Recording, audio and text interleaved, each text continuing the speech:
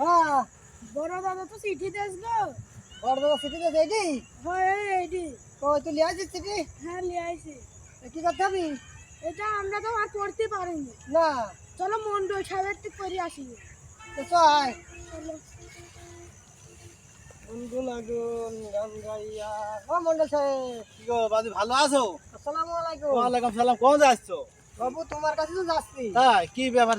এ আমার বড় দাদা আজ 9 বছর হলে বিদেশ গেছে বুঝছো? হ্যাঁ। সে ফোনও দেয় না, চিঠিও পাঠায় না। তাই সে বহুত দিন পরে চিঠিটা পাঠায়, জায়গা তো পড়ি, আমি তো আর পড়তে পারিনি। আমরা তো আয়ে কুকুর মাটি পাস। বাবা, আমি তো হচ্ছে আই গেলি হচ্ছে শিক্ষিত, হ্যাঁ 9.5 ক্লাস পড়লে ম্যাট্রিক দিত, হ্যাঁ বুঝেছো? লেখাপড়া খুব মেলাতো। তুমি তো বহুত লেখাপড়া করো। হ্যাঁ, তো বুঝতে না 9.5 ক্লাস পড়লে ম্যাট্রিক দিত, হ্যাঁ হ্যাঁ তোমার বুঝিলাম। ঠিক আছে। এইভাবে ধরতে হবে। একটা চেন দিয়েছে, এক জোড়া দুল, ব্রেসলেট, এই কোনায় কি 2 লক্ষ টাকা দেন গো, ভালোই হবেন। যাও দেখি দেখি। ব্যাংকে লি যাবা।